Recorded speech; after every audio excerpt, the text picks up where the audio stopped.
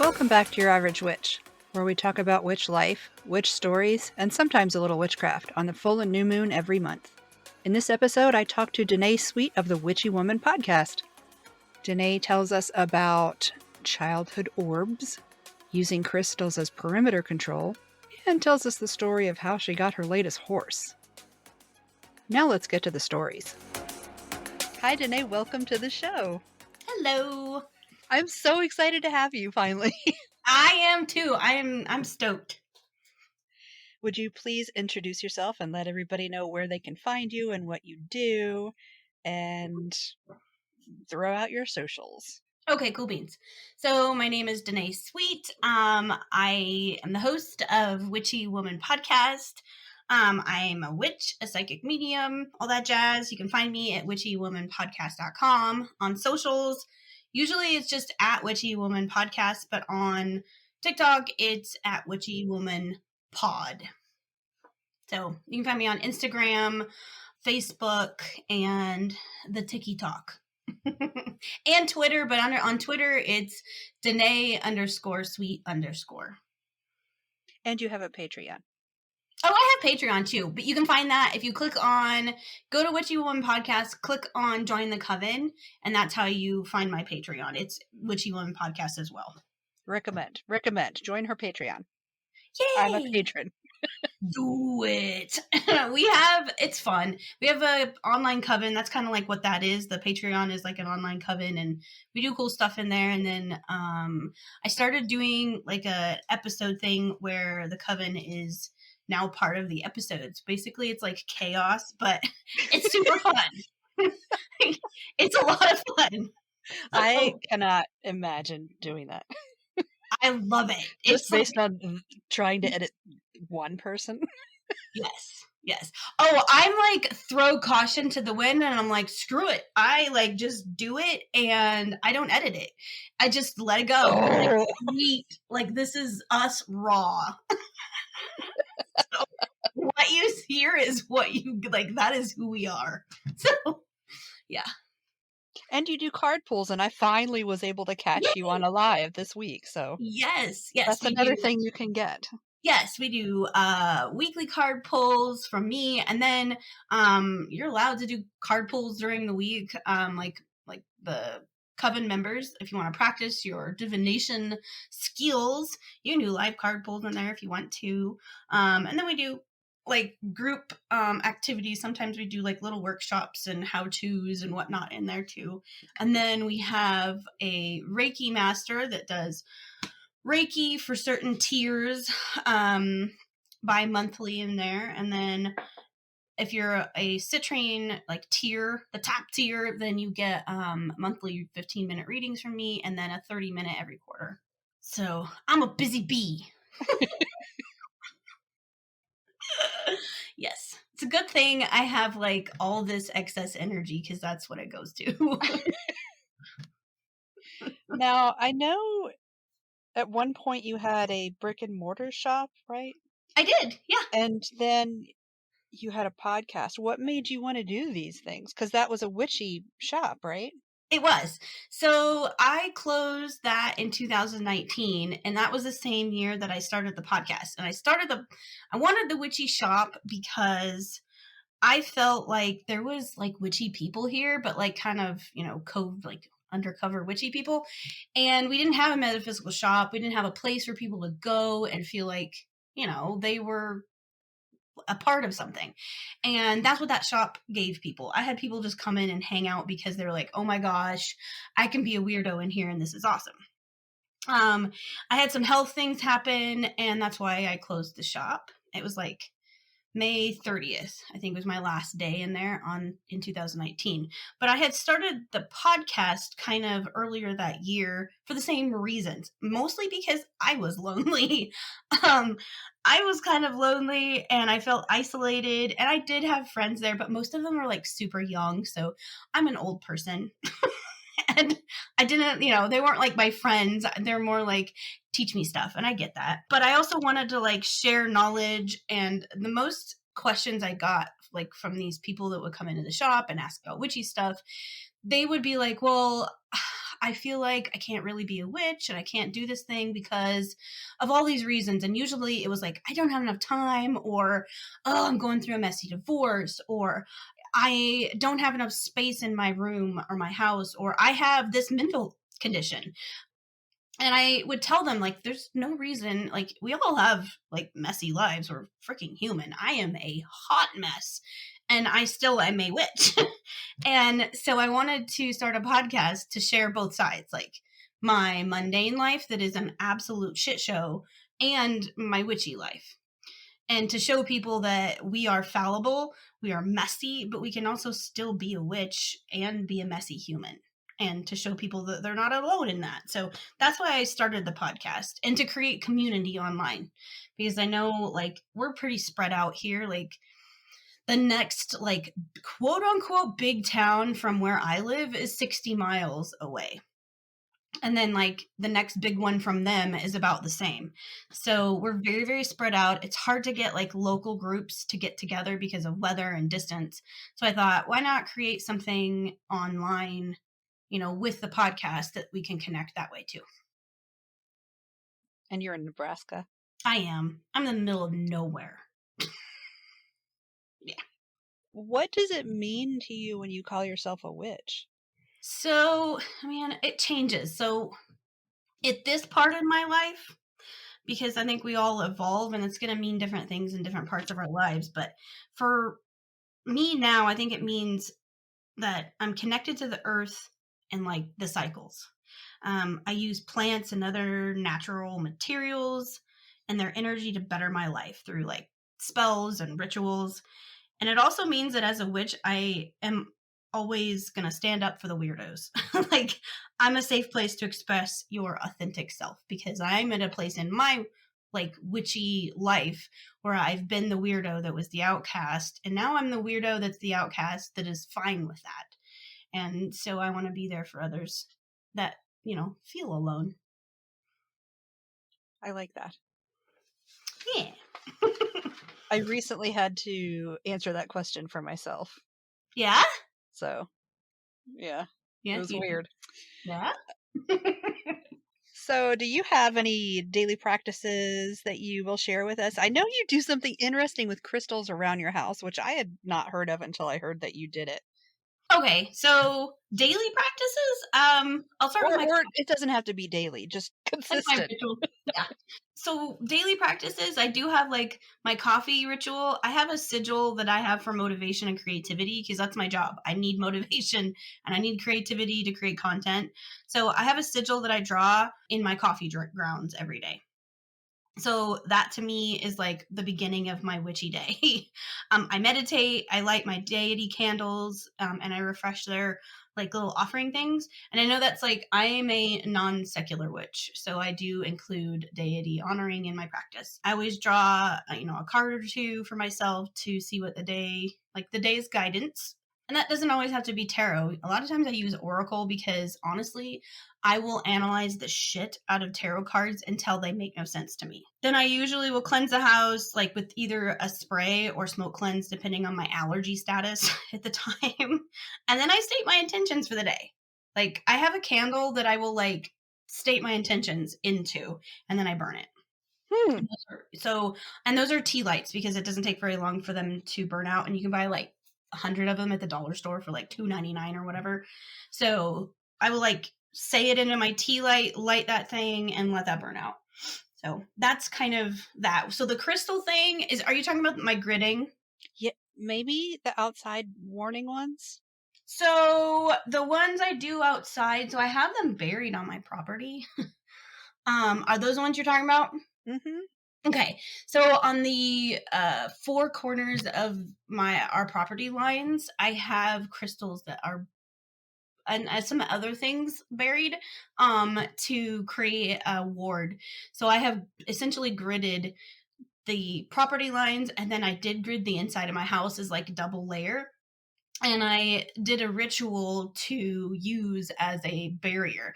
So negative shit, entities I don't want in here, that kind of thing, that's going to, like, hit that barrier first. And I do get a little bit of a feedback then like psychically if those things have been breached. It's like a little early detection warning system.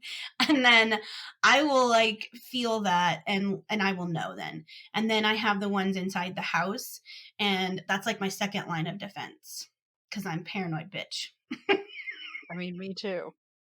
So I have a question about the inside ones. I know Yeah. you have someone who inhabits your house and has before you moved in. Yes, The and one who likes yellow. yes, Anne loves yellow. Yes.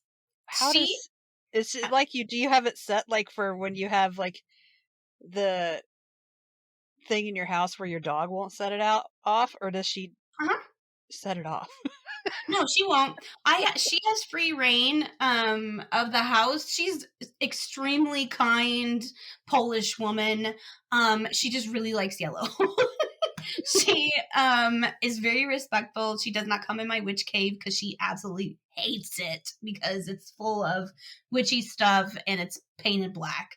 So she just doesn't come in here by choice. But the rest of the house, she kind of pops in and out of. Mostly when I'm destroying something. So if I'm like, yeah. I pulled out the yellow carpet and she was like, "What are you doing?" And I'm like, "It's old. It's got, so many allergens in it." And I tried to explain this to her and she was like, "Okay, that makes sense." But I did let her know I'm not putting yellow carpet back in this house. Like, no, I cannot sell this house with yellow carpet. So she comes in and out as she pleases. I have, like, when I do spells and wards, I always have caveats. Just like you hear, like, that the and harm none kind of caveat you can put in spells. I always have for her, like, an exception to the rule. Like, keep out everybody that, doesn't need to be in here, except for Anne. She can stay. And I do have something weird that I don't know if other people have these, but this is really weird. So I bought a whole bunch of unpainted ceramic, like, animals from a lady. And I'm talking like I bought like 24 of them. So they're like cats and angels and all kinds of shit, dinosaurs. And I painted them all black because I'm weird. But also I stuffed them with like protective crystals and little protective satchels. And I created some of them. Not all of them have this, but some of them have a cognitive, like, they're aware. So if you know what a thought form is, that's what these things are. And they are the thing that gives me the actual, this is happening. Somebody is trying to get in your yard. Somebody is trying to do this to you. Somebody's throwing you some shitty magic your way, that kind of thing. That's what their job is. So I have programmed those specifically to show me when somebody is throwing me crap magic. So that's little brontosaurus. Excuse I me, do. ma'am. I know, I do.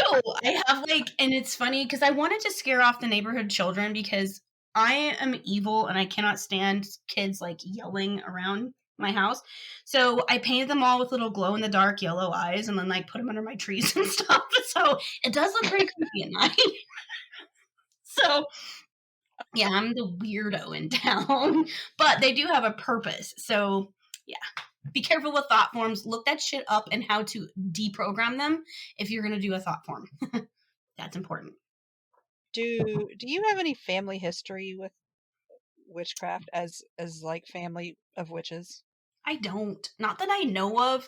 My grandma, like, to me, she's like a kitchen witch that just doesn't claim it. But no, there's no family that I know of.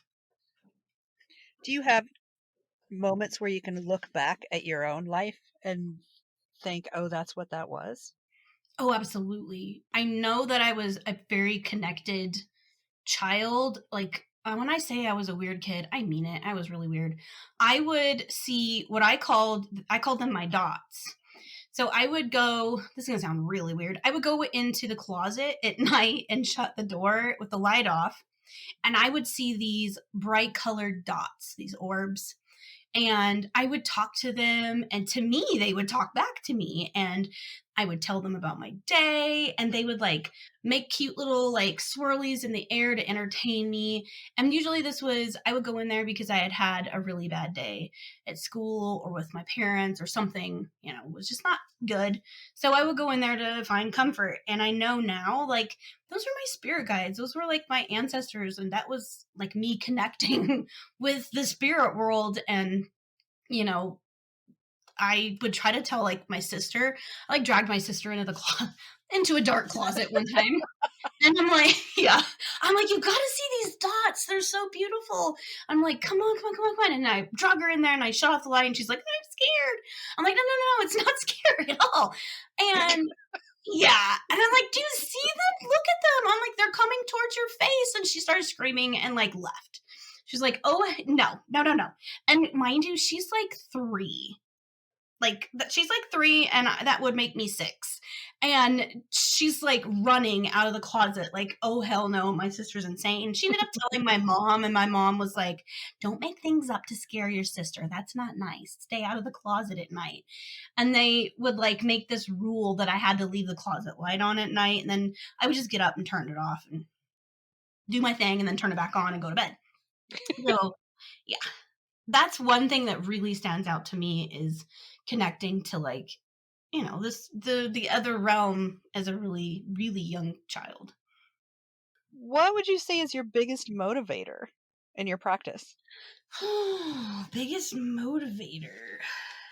My biggest motivator is probably knowledge. Like, I don't ever want to stop evolving. So like every time I feel like I'm like complacent in my knowledge, like I'm like, oh, I'm good. Then I'm like, oh, wait. I need to learn more. I need to get better at this or that. Like, that's a big motivator for me, because I have like a constant need to like learn all I can, because I hyperfixate on things. That's just part of my personality. So that is a huge though motivator for me, is to get better and to learn more, because you can never learn everything about one thing. I really truly believe that you can never totally be complete in learning something. It's just always going to be, there's something more. Mm-hmm. So that's a big motivator. Yeah. What brings you the most joy in your practice? Oh man, it's the little things, I think. So this is going to sound cheesy, but because I practice witchcraft, I think that I see and find joy in the little things easier. So like going outside in my yard and seeing like one tiny little like wild violet pop up, that like I will like lose my shit and take a zillion pictures of this one violet in my yard that like volunteered to pop up. And that like, oh, that brings me joy. And like the way the moonlight will fall on my skin and I can like feel the energy.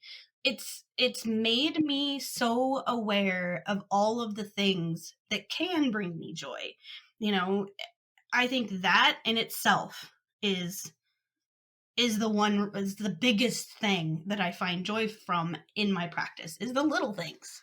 Does that make sense, or is that just completely like messy? I don't think it's completely messy, but also yes, but it also makes sense. All of it. Right? All of the above. Yes. D. I choose D. Exactly. Yes.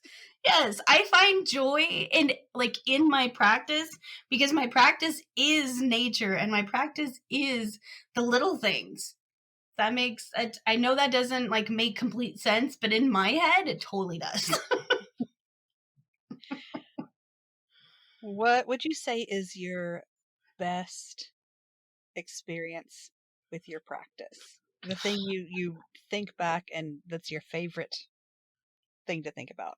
Actually, one of the best experiences I've had lately, I did a big spell, to bring to us a property where we can we wanted to build our dream home. And our dream home consists of like an eco-friendly all solar, like even a solar well, and, you know, have a big garden. But I also wanted a place where I could have my animals, my horses, have a big garden. And because I have like super, super big anxiety, and my husband does as well, we wanted it kind of close to town so that I can get to medical help if we needed it. I know that sounds really paranoid, but we are who we are. So I did this huge spell. I was tired for like, it was just crazy big. And then not too long later, a woman offered us a property that like matched this perfectly in exchange for some manual labor that she needed done. And it was like, it was perfect. And I just remember getting that news and I was like, oh my God, like it just fell into place so beautifully. And it was out of nowhere that it happened. Like, I was just, my husband was like, did you do this? And I'm like, I don't know, but it fits. So I'm claiming it. Like I was so excited, and my husband excited, and like right now we're currently like cleaning the property up. It's very, very overgrown. There's a lot of trees that are dead, and we're cleaning up the old buildings that we can salvage. We're rebuilding them, and it's just very exciting. So I think that's right now my like most favorite experience currently. When you told that story, Mm-hmm. like the first time I heard it, it was amazing. I mean, it's still Right? good now, but it was Yeah. so good. Right? It's still like, it gives me goosebumps thinking about it, you know? And it taught me that if you do the mundane stuff, then add the craft to it, that like huge things are possible. It really, really did. Like, we did the things. We went and we're searching for properties, and we put it out there that we were looking, and, you know, we did the mundane stuff, but I also did the craft stuff, and my husband did the manual labor stuff because I couldn't do it because it's with a tractor. So, you know what I mean? I can use a tractor, but in that instance, it's tearing down an old house, and I would have So done yeah, a you lot. gotta know mechanics for that. Yeah, Like the yeah. engineering craft. Yeah, I would have torn down the house, and the house would have fallen on me. So it would have been really bad. Also, there was like, it was haunted. There was a Yeah, that was interesting too. there was spirits there. So I did get rid of those first. So I did get to do that part of it that the owner did not know about, but that You, was you needed. Yeah, you talked about that in your podcast, right? I did. I That's did. where I heard it. So everybody go listen to that episode because it's really interesting. Yeah. Yeah. It was creepy. Like, when my husband went to like just look at the structure and see how sound it was, like he hit the side of the building, and like out of the top floor window, like some kind of like rock flew at him. Just so. Don't hit my house. Yeah, he called me. He's like, "Do you have any of those like protection bag things? Because I think I'm gonna need one." Protection bag things. Yeah. I'm like, "Yeah, I can get you. I'll make one for you, honey." I'm like, "Why?" And he told me, I'm like, "That's going to need more than a protection bag." Now, how do you deal with imposter syndrome?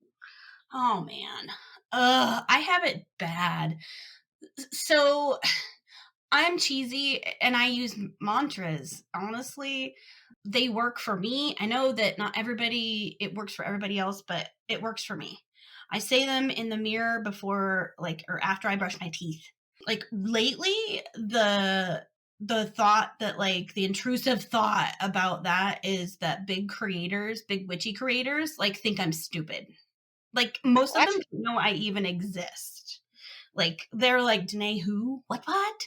But lately, that's what I think. So I've been saying into the mirror things like, my knowledge and my experience in witchcraft is valid, and I do not need the approval of other witches. Like, I've been saying that into the mirror like every day for like 3 weeks. But that's how I deal with it. And then also I limit my time on social media when it comes to other witchcraft pages. I know that sounds like oh my gosh, you don't listen to other witches? And like, honestly, most of the shit on social media, especially like Twitter, is super toxic.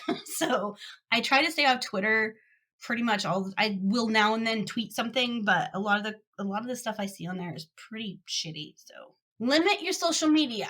That helps.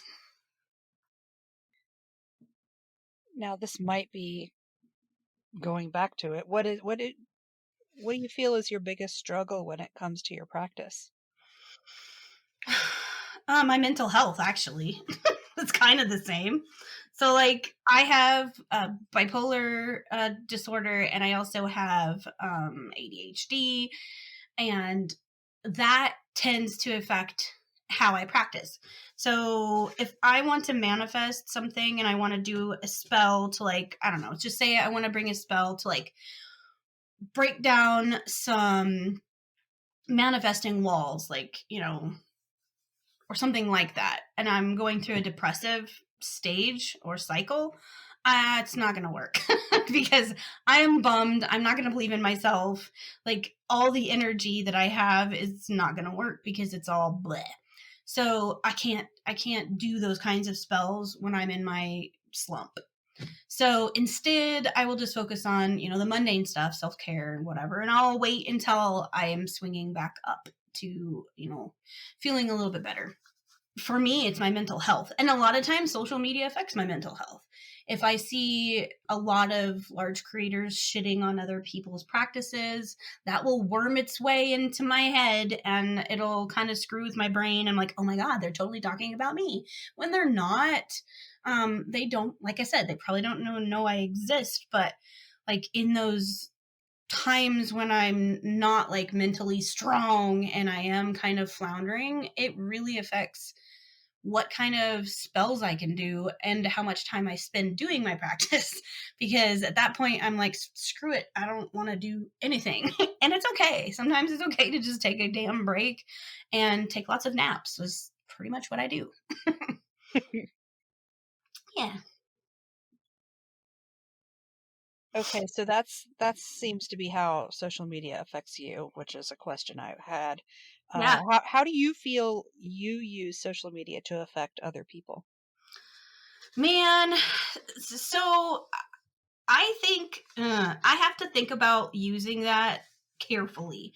And I try to be very careful about how I use social media because I know that I have a voice and I know that people listen.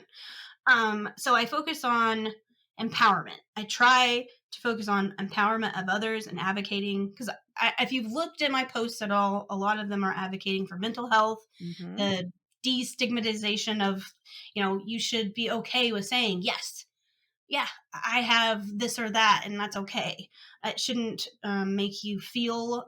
It shouldn't make you feel like you're less of a person or less of a witch if you have anything going on in that department. Also, if there's stuff going on that I think that someone else would be a much better voice to listen to, I shut up. I don't speak on it because it's not my place.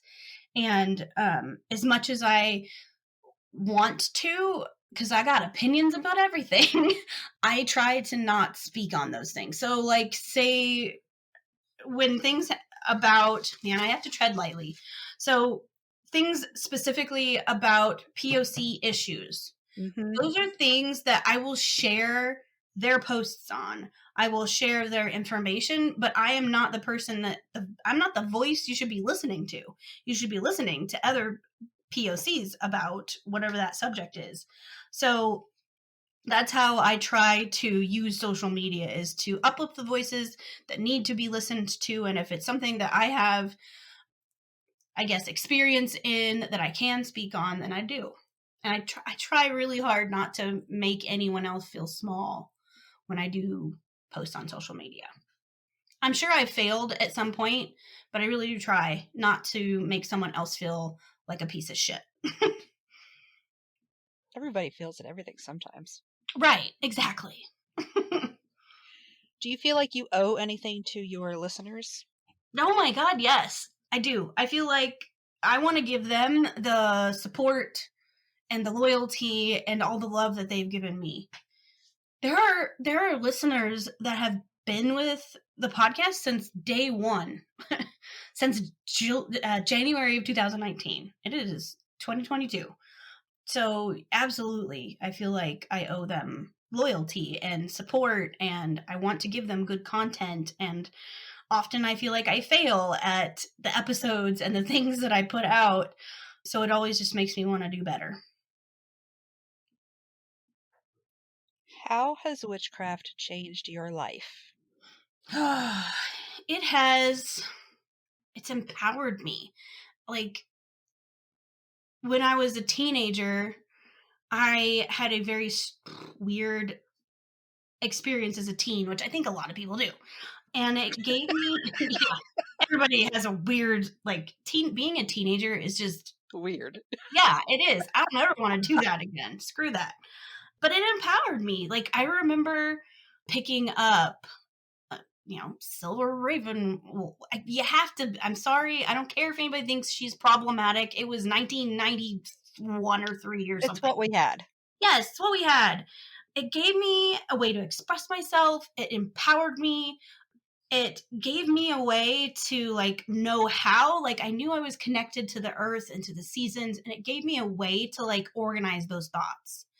And now, like, and throughout my life, it's just compounded and given me more ways to connect to the earth and more ways to connect to humanity and other people, which I struggle with. I didn't grow up in a household where it was like hugs and things were okay, and I'm getting better at that and better at connecting with others. And witchcraft has given me that. It has shown me a part of humanity that is good and that supports each other.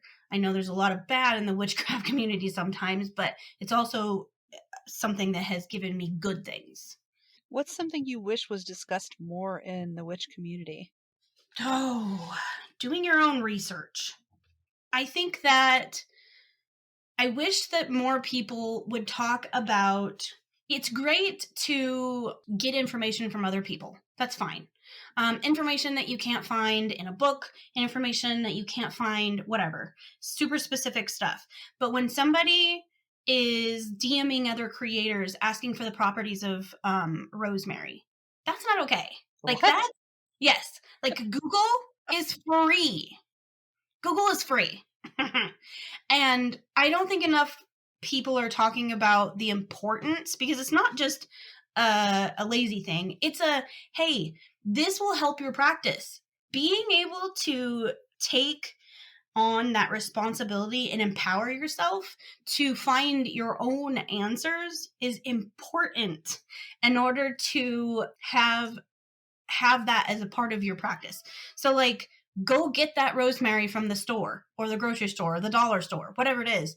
Go get it. Google it. See what the properties are and see what they traditionally, from like 3 or 4 sites. Look and see what they have in common. Then go get it. Hold it. How do you feel about this herb in your hand? What does it make you feel? Burn it. How does it make you feel when you burn it? Eat the damn thing. What is it like energetically? How's your body feel when you eat it? Don't eat things, folks. Don't just eat things unless it's a food. Yeah. Rosemary you can eat, but I would not eat like resins and other, yeah. You know what I mean? Be smart, people. But you can actually use the herb and see how you feel about it. Yeah, don't just look it up in Cunningham's brown book that I forget the name of. Yes, that needs to be talked about more. Like, using the herb and seeing how you as an individual feels about it, because how I feel about rosemary is not going to be the same as how you feel about it or my friend feels about it. Like, that is the thing I think needs to be talked about more. And that empowers witches. That gives you more control over your own practice. I have like a lot of field guides to plants and actual like botany books, because we should know those things. Those are like sciencey stuff. I think we should know the sciencey stuff, because that's actual people that have done the science, like you're talking, actual like research about plants. And that is just as important as the metaphysical properties of plants. To me, learning about witchcraft is learning about the real life stuff about it, and the mundane and the magical. You can't have one without the other. As above, so below. means a lot of things. Science blends so much for me with Yes. magic, though, because we understand things so differently as Hmm. time passes. Yes, absolutely. Now, this may be going back to that same question. Okay. What would you tell someone just starting out? I would tell somebody because I've been through things. I would tell you, when you get your information from someone, whether it's a teacher or a fellow practitioner or whatever, get another source. Like, don't take someone's word for it. I don't care how many generations of witchcraft they have in their family or how many made up titles that they have for themselves. You need to take their word for what it is and then go, cool, that's awesome information. And then go find other sources. It's very much on the same lines as what we just talked about. But yes, go find other sources. And also, don't let other witches make you feel small. If someone in the witchcraft community is purposely making you feel small, bye. Like, they are not for you. They are It's a big world. You ain't got to listen to that. exactly. And I see that so much, that posturing and bullshit. I'm a And priestess. oh god, Are ya? yes. Like, really, are you? Do you know what that word means? Like, I don't think you know that word actually means. But yes, no. If they make you feel small, please don't engage in that. Just walk away. You're not going to change them, so just walk away. Now, what would you like to hear currently in the place in life and your practice where you are now? What would you like to hear from somebody who has more experience than you do? I would like to hear them tell people that we are all fallible, that everybody makes mistakes, and we are human, and that we are no less a witch from failure. What do you want them to tell you? That's what I want them to tell me and the Specifically. rest of the world. But you Because, already know that. but I don't. Like, sometimes I can tell people that because I know that it's true, but then that freaking imposter syndrome will sneak into me, and it's making me believe it for myself. I can tell somebody else that because I believe it for them, but it's hard for me to believe that for myself. Yeah. Who would you say are the 3 biggest influences on your practice, or what? I have books because books are how I learned, and I wrote them down. So, Silver Ravenwolf, Buckland, and Scott Cunningham. Those books I had in my possession, and they were like gold to me. I learned about herbs, I learned about ceremonial magic, and I learned, like, the first one I had was the Silver Ravenwolf one. And I think it came out in 1993, which would have made me, God, I don't even want to tell you because I'm old. But I remember finally getting my hands on one. And up to that point, the only kind of contact I had with other witches would have been like AOL chat. And maybe not even that. It might have been before that. Those books gave me purpose and taught me, like, it organized my thoughts about something I was very, very interested in, and it made me hungry for more info. It like was like the beginning of my quest for like all of the knowledge. So those authors like really shaped who I am now as a witch. Who would you like to hear on the show answering these sorts of questions? I love Thorn Mooney's like approach to the witchcraft community and witchcraft in general. I think she would have some really cool answers to these questions. She wrote the Witch's Path is one of her latest books, but she's got a really great down to earth approach about witchcraft subjects. So I think she would be amazing to hear from. Is there anything else that you wanted to bring up or that I didn't ask you that you wanted to talk about? Oh, I know. So I've been toying around with the idea because 2022 is just the year of chaos, right? It's just chaos. What would happen? I want to hear what you have to say, and maybe your listeners. What would happen if I drank the full solar eclipse water from 2000? Was it that 2017 when that happened? I don't know. Yeah. So we were at ground zero. Like our ranch we were like literally. Oh. Yeah. So I got a bunch of solar eclipse water from that day. And I've been like, it's 2022 is just chaos anyway. Like, what if I drank some of that solar eclipse water? Like, Why I know not? it's Go musty, for it. I say do it. right? If it's not filled with weird bacteria, Like, I have chug an it. iron Chug, stomach, chug. right? I have an iron stomach, so why not? Yeah. I think I put a little vitamin. I try to put vitamin E in each of my waters because that helps preserve it for a little bit. I can't remember if I did for that one or not, but there's no like big chunky cloudy stuff. Make it a pay-per-view. That's what I'm like, maybe we'll drink it and see what happens in my life after I drink chaos water.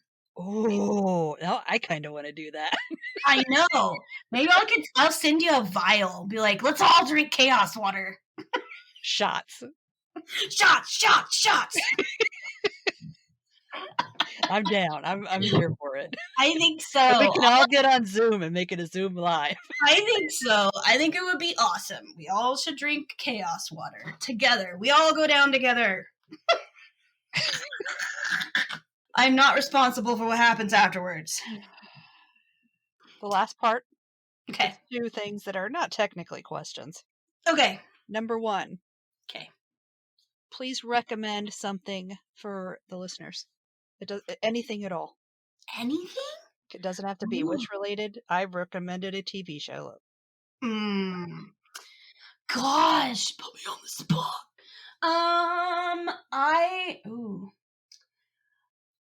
Growing. I'm trying to think of the cool things that I like to do. I like to do so much. I am a Gemini. I have ADHD. What am I into lately? Actually, I have this.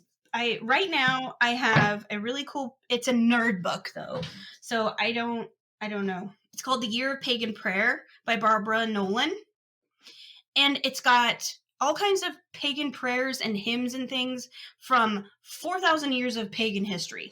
So I am having so much fun reading it. It's kind of nerdy.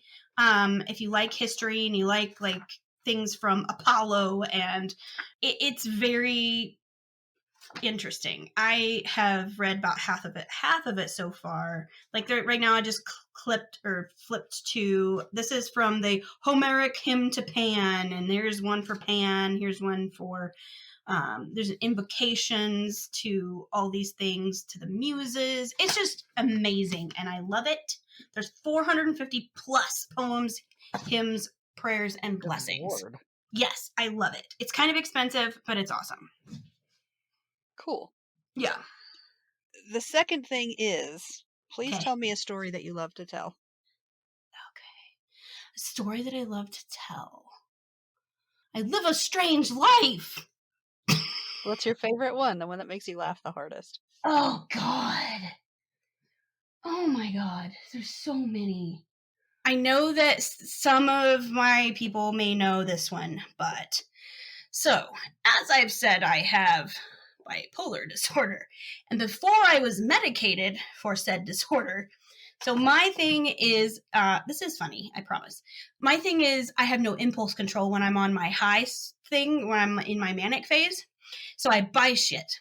Ridiculous things. Okay? So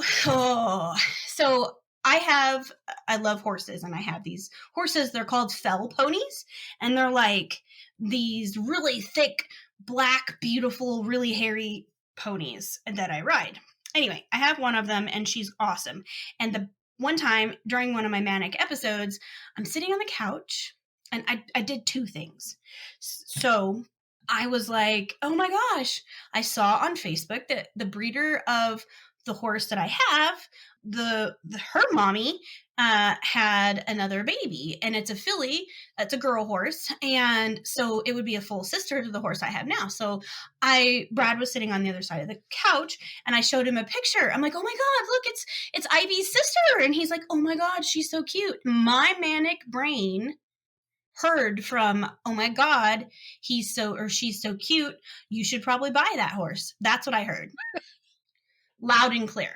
So what did I do? Immediately, boop, boop, boop, boop, boop, on my phone, I texted the breeder. I put down a deposit, my horse. Okay. Yeah. So I didn't tell Brad because after I did that, I'm like, well, did he really want me to buy the horse?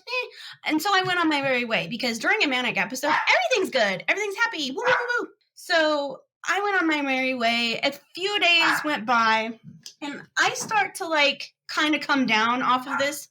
And I'm like, "Hey, honey, so I need to tell you I did something before you look at the bank account." And I told him, and he's like, "Why would you do that?" I'm like, "You basically said yes."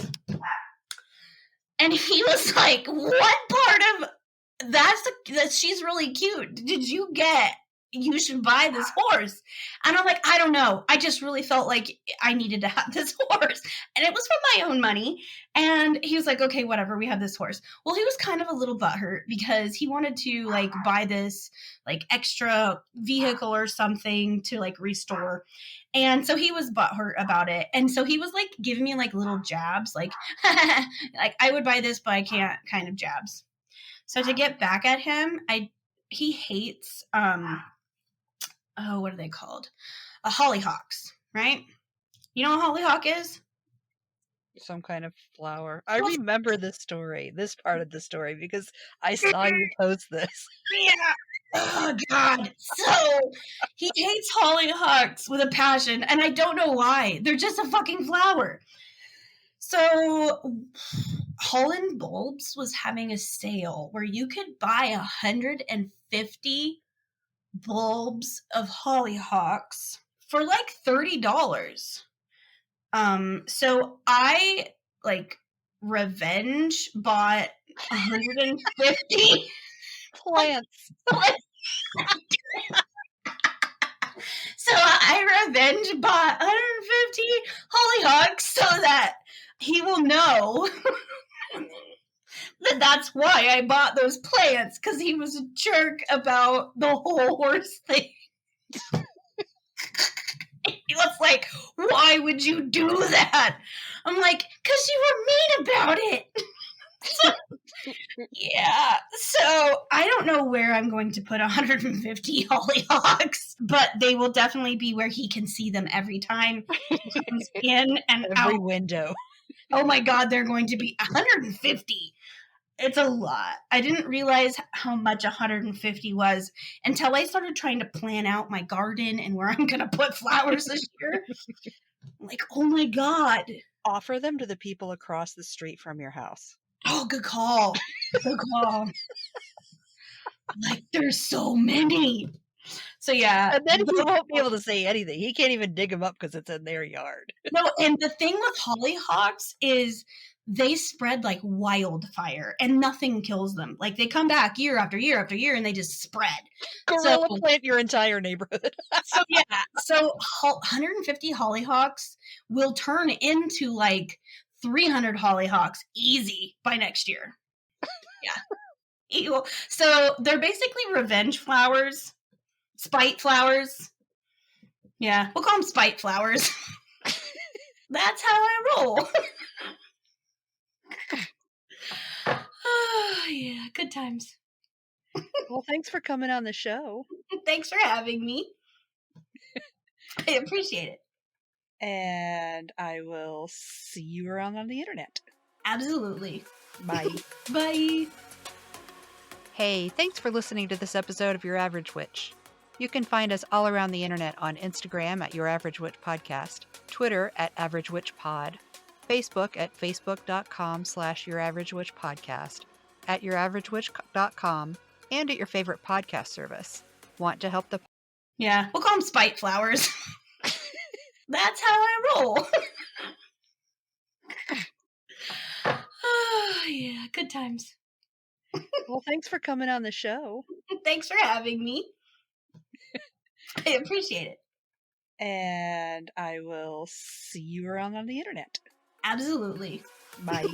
Bye. Hey, thanks for listening to this episode of Your Average Witch. You can find us all around the internet on Instagram at Your Average Witch Podcast, Twitter at Average Witch Pod, Facebook at facebook.com/Your Average Witch Podcast, at YourAverageWitch.com, and at your favorite podcast service. Want to help the podcast grow? Leave a review. You can review us on Amazon and Apple Podcasts, and now you can rate us on Spotify. You just might hear your review read at the end of the next episode. To rate Your Average Witch on Spotify, click the home key, click on Your Average Witch Podcast, and then leave a rating. You can also support the show by going to patreon.com/CleverKimsCurios. If you'd like to recommend someone for the podcast, like to be on it yourself, or if you'd like to advertise on the podcast, send an email to YourAverageWitchPodcast@gmail.com. Thanks for listening, and I'll see you in the moon changes.